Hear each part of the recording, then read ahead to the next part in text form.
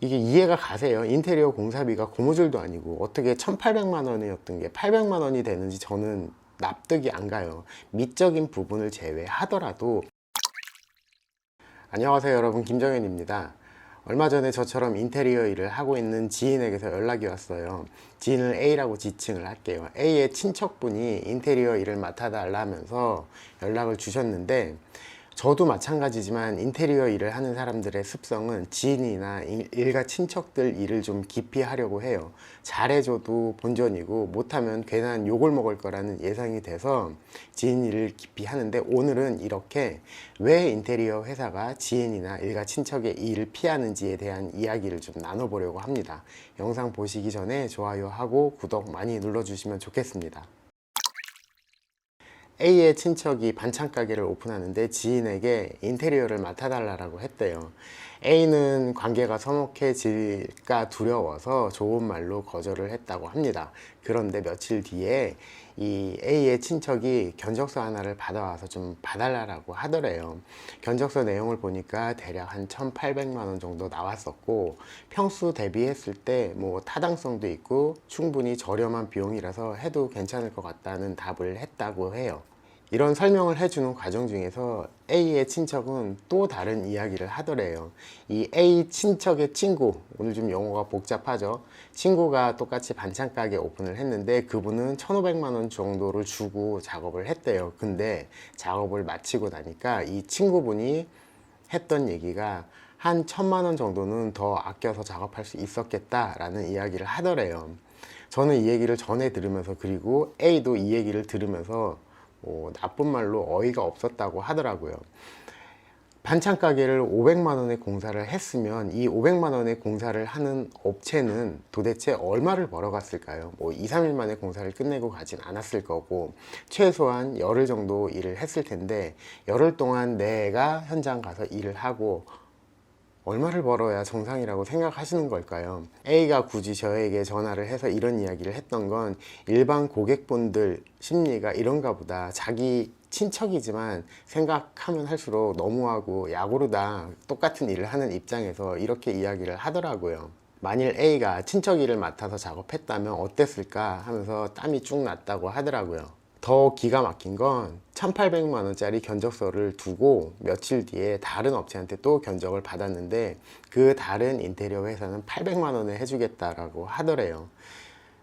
이게 이해가 가세요? 인테리어 공사비가 고무줄도 아니고 어떻게 1,800만 원이었던 게 800만 원이 되는지 저는 납득이 안 가요. 미적인 부분을 제외하더라도 기본적인 공사비가 있는데 어떻게 1,800만 원짜리가 800만 원이 되는지 도무지 이해가 안 가요. 이 800만 원 견적을 받은 A의 친척은 A에게 이 금액이 정당한 금액인지를 물어봤어야 되는데, 이미 A의 친척은 800만 원으로 공사를 할 수 있다라고 굳게 믿고 있더라는 거죠. 본인이 1,800만 원을 주고 했으면 정말 속을 뻔했다라고 얘기를 하길래 A는 알았다고, 알아서 하시라고 하면서 전화를 끊었다고 해요. 제가 인테리어 상담을 가서 이런 이야기들을 고객하고 하면 고객분들은 충분히 이해도 하고 납득도 하시는데, 이런 상황이 내 앞에 놓이게 되면 이성적인 부분을 좀 놓아버리시는 걸 저는 종종 봤어요. 터무니없이 저렴한 비용으로 공사를 하겠다고 하는 데는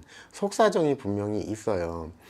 일거리가 없어서 자금을 돌려야 하는 상황, 그리고 애초부터 정말 나쁜 마음을 먹고 사기를 쳐야겠다 하고 덤비는 경우도 있겠죠. 어떤 경우든 다 위험한 경우예요. 이런 회사들은 공사를 수주하고 잘 만들어야겠다라는 목적보다는 자금을 확보해야겠다는 목적이 더 크기 때문에 고객하고 협의나 이런 것도 굉장히 성급히 진행될 소지가 많아요. 오늘 계약하고 내일부터 공사 들어갈 수 있다라고 하는 업체들 좀 조심하셔야 하지 않을까 싶습니다. 이렇게 터무니없는 공사비를 제시하는 인테리어 회사의 행태가 없어지지는 않겠지만, 이런 상황을 좀 줄여나가기 위해서 소비자 고객분들도 좀 똑똑해지셔야 하지 않을까 싶습니다. 얼마 전 저희 회사 디자인 팀장도 똑같은 얘기를 했어요. 친구가 본인 집 공사를 하는데 어디선가 견적을 받아와서 정당한 견적인지 좀 봐달라 하더래요. 그래서 살펴보니까 이 회사도 자금을 돌리기 위한 목적이 크겠구나 싶을 정도로 저렴한 견적으로 들어왔더래요. 그래서 비용은 굉장히 저렴한 편이니 판단 잘하고 공사를 하라고 했더니 이 친구의 반응은 좀 달랐다고 해요. 생각보다 견적이 너무 비싸다. 내가 그만큼 돈이 없는데 이 회사는 내가 호구인 줄 아나 보다. 이렇게 대답을 하더래요. 그래서 공사비를 좀 더 깎아야겠다라고 얘기를 해서 디자인 팀장은 거기서 공사비 더 깎으면 이 회사 손해볼 수밖에 없다. 그리고 그렇게 공사하지 않을 거다라고 얘기를 하니까 그거는 그쪽 사정이라고 넘겨버리더래요. 물론 모든 고객이 다 이렇게 생각하시지는 않을 거예요. 근데 제가 상담을 하다 보면 정말 가끔 이런 고객분들도 만나게 돼요. 인테리어 공사를 한다는 건 거래예요. 거래라는 건 비슷한 가치에 있는 것들을 바꾸는 행위, 교환하는 행위인데 어느 한 사람이 너무 손해보는 느낌이 들게 되면 그거는 거래라고 볼 수 없죠. 그리고 그런 일은 실제로 없어요. 상대방이 손해를 보든 말든 나만 이득 보면 된다. 이런 욕심 때문에 사기도 당하는 게 아닐까라는 생각을 합니다.